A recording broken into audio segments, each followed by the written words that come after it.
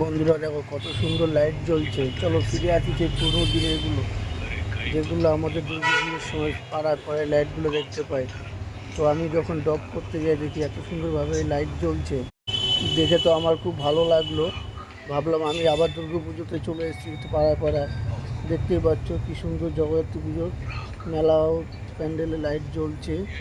এটা হচ্ছিল বন্ধুরা দমদমে।